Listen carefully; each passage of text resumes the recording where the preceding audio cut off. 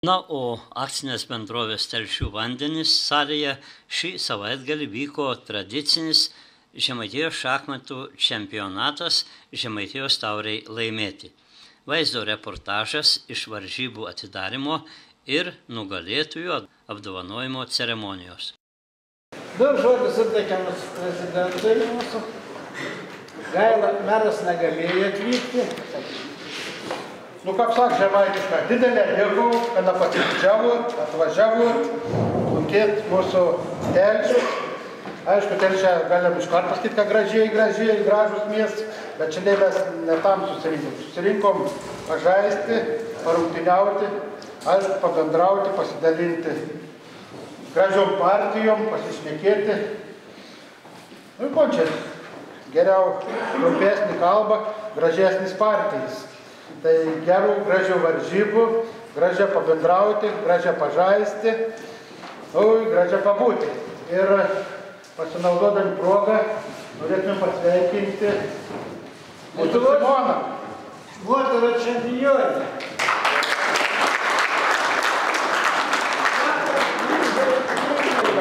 Raudoną mūsų Simoną.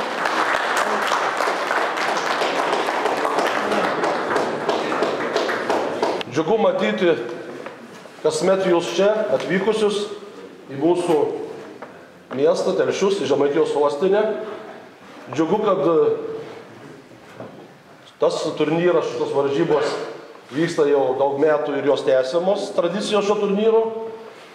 Žinoma, džiugu, kad populiarumas šito turnyro nemažėja ir dalyvių skaičiumi ir rezultatais turbūt gali pasigirti.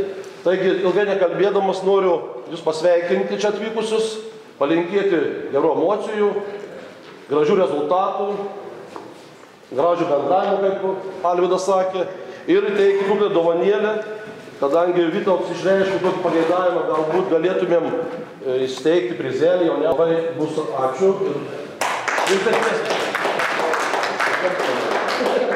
Visą laiką per Kazimierus atvykdavo mūsų gerbiamas Kazimieras Gailevičius ir daug kitų šachmatininkų.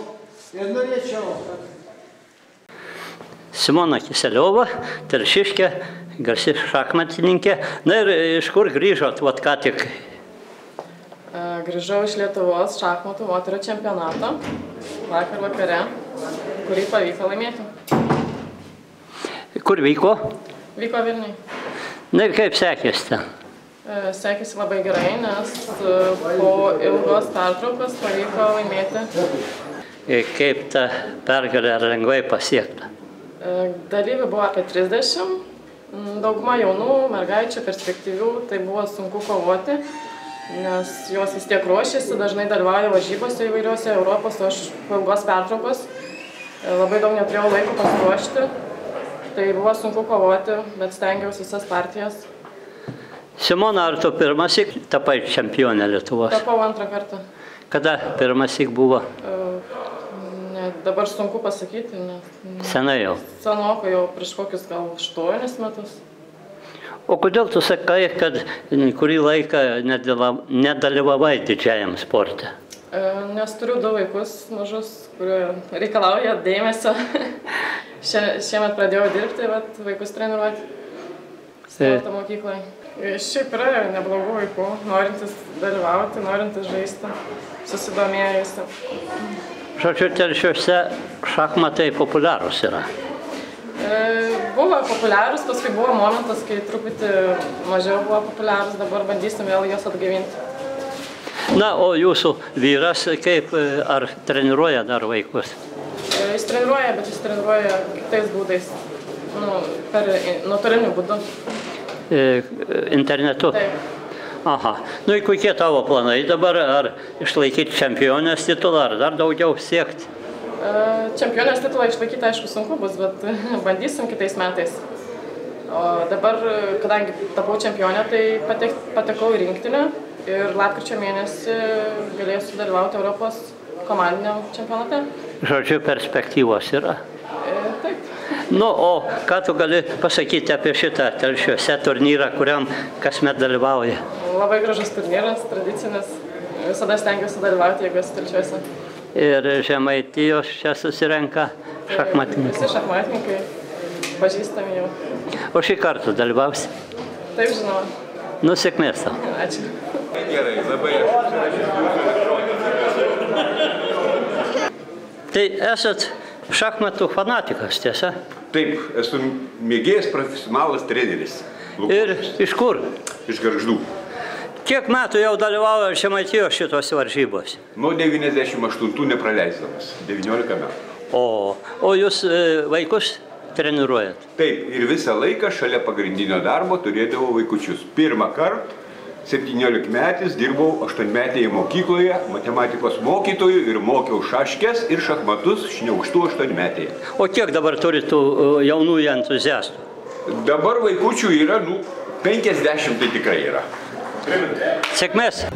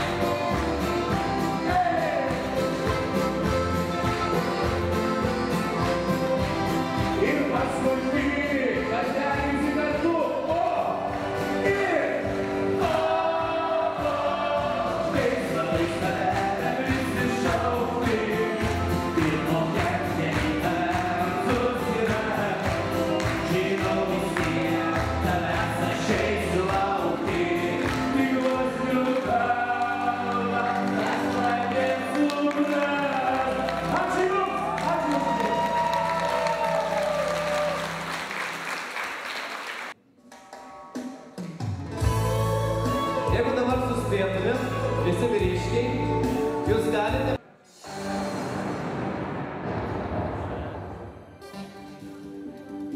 Aš manau, kad dabar jau gali tiek vyrai, tiek moteris visi kartu dainuoti, gerai?